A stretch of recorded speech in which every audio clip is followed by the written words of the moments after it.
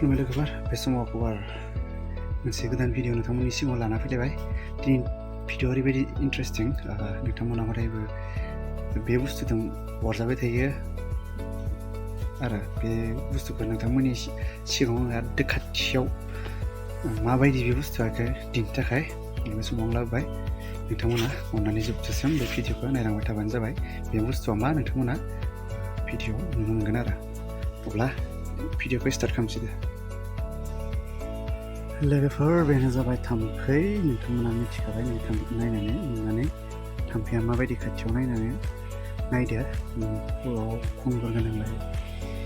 जोबोद समायना नुदों थाम्फैखौ नाथाय मोनाब्ला बिसोरो जोंखौ अयथासार डिस्टार्ब खालामनो नङा नंगौना बेनो जाबाय थाम्फै खाथियाव नुनानै नोंथांमोना माबायदि मोनदों अननानै कमेन्टआव खिन्थाहरदो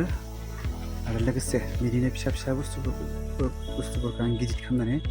नोंथांमोननियाव आङो बे इउटिउब चेनेलाव दिन्थिबाय थागोन आरो गोदानब्ला अननानै साबस्क्राइब खालामदो आरो लाइकखौबो खेबसे थुनानै होदो आरो